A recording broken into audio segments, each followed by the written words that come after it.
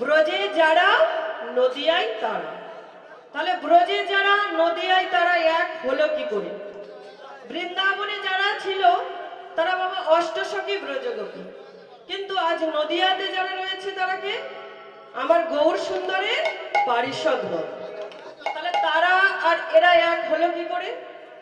না একদিন বাবা রাধারানী অষ্টসখী ব্রজগোপী বাবা কাঁদছে আর বলছে, ভগবান গোবিন্দ, এই জনম যে দিয়েছ আমাদের, এ জনম মোটেও ভালো না।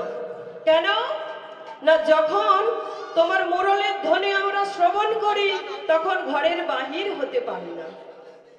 এবারে যদি কোনোদিন কৃপা করে জনম দাও, সেদিন আমাদের কি করবে জানো?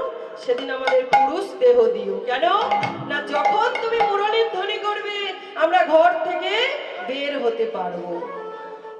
ভগবান বললেন, বেশ তথাস্তু, তাই হবে। তবে এ যুগে আর নয়, কলি যুগে গৌরাঙ্গ মহাপ্রভুর কি হয়ে গো? পারিষদগণ হয়ে। তাই কি বলছে? এরাই তো তারা রে, এরাই তো তারা রে।